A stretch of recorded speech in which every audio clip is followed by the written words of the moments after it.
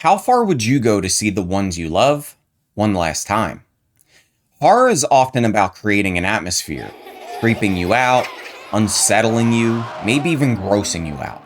But I always felt that the most impactful horror lies in the human condition. See, out of all genres, horror often feels the most capable of capturing the sheer, indescribable darkness of loss. Ghost stories aren't just about the dead, they're about the people left behind, about the ones who have to live with absence. John Langan's characters in The Fisherman aren't just running from monsters or dealing with hauntings. They're people with deep traumas and real soul crushing loss. The horror almost feels secondary to the grief, regret, and longing that drive the characters. And in The Fisherman, he takes one of the oldest metaphors for grief, water, and transforms it into something terrifying. Because if grief is an ocean, then Dutchman's Creek is its abyss. A place where you don't just mourn the dead, you might actually find them waiting for you.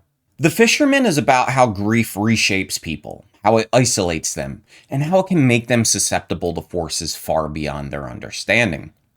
On the surface, The Fisherman is a simple story about two men, Abe and Dan, who have both suffered devastating losses. Abe, who is our narrator, lost his wife to cancer shortly after their wedding. And with her, he lost everything. The future they were supposed to build and the children they were supposed to have. He's left hollow and drifting. That is until he finds something that anchors him. Fishing. Fishing keeps him sane. It keeps him from spiraling into alcohol and into despair. It's not healing exactly, but it's something. Then there's Dan. He's not even a close friend, just a casual coworker. Until one day Dan loses everything.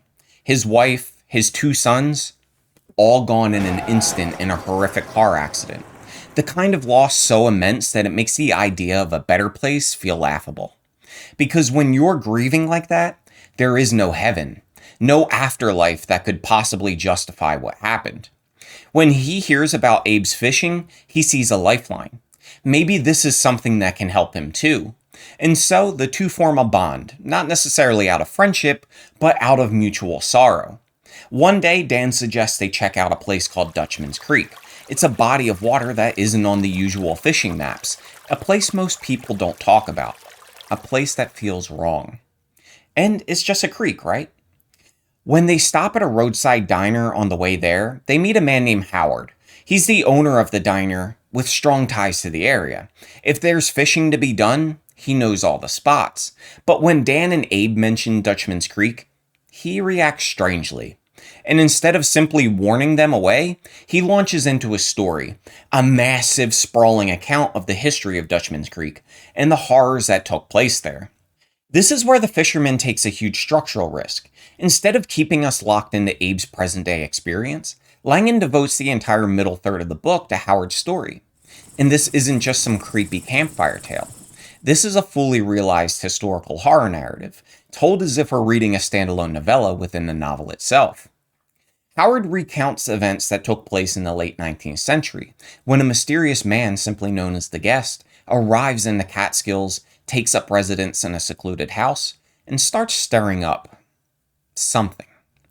The locals, although initially skeptical, soon found themselves entangled in a force far beyond human comprehension.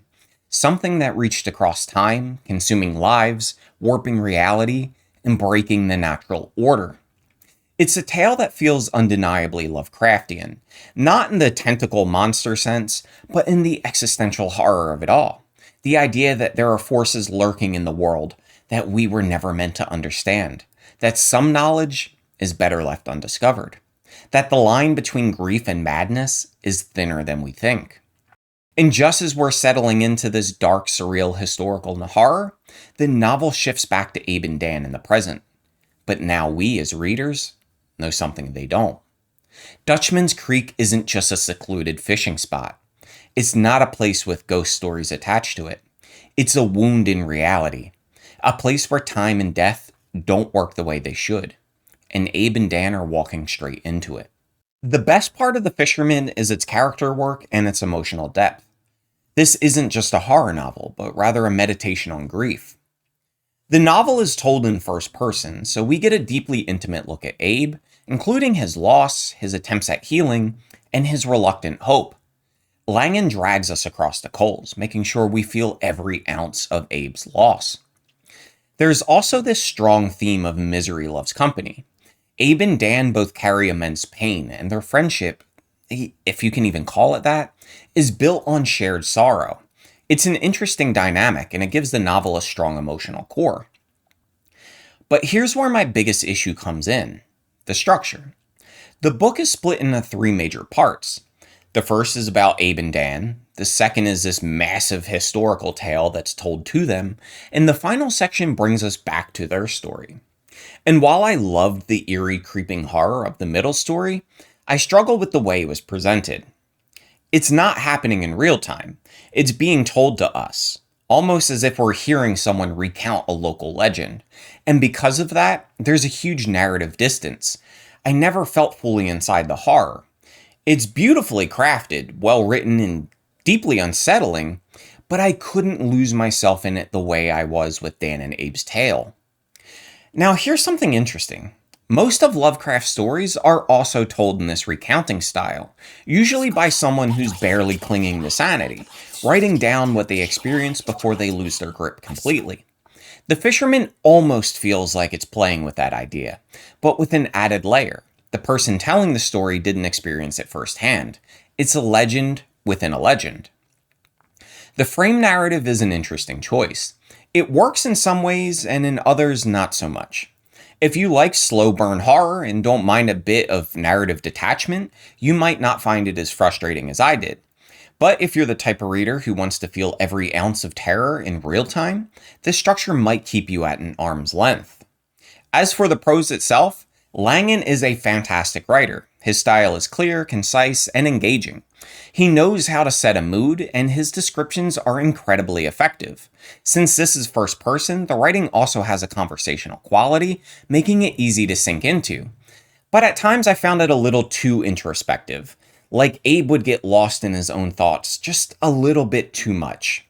And that middle section, beautifully written, but because it's presented as secondhand information, it also sometimes felt dry. I wanted to be there, not just hearing about it. If you love literary horror, if you want a book that really makes you feel the weight of trauma and the challenges the characters face, then yes, The Fisherman is absolutely worth reading. If you love Lovecraftian horror, not just in aesthetics but in theme, you're going to love this. This is horror about scale, about insignificance, about the terrifying realization that some things are beyond human comprehension. But if you want fast-paced, visceral horror, this might not be for you. This book takes its time. It's slow burn, deeply introspective, and its biggest risk, the frame narrative, might pull you out of the experience. That said, if you stick with it, The Fisherman rewards you with some of the most beautiful, unsettling, and emotionally devastating horror fiction out there. There are moments in this book that hit me so hard I had to stop reading. Passages that made my throat tighten and forced me to sit with the weight of what I had just read. The Fisherman made me think about my wife, my family, and just how terrifying it would be to lose them. That kind of fear isn't just in your head. It settles in your chest, a deep aching pain that lingers like a memory you don't want to revisit. By the time I finished The Fisherman, I wasn't just scared. I was overwhelmed by sorrow. Yes, there are terrifying moments. Yes, there are monsters. But the real horror of this book isn't the creatures lurking in the dark.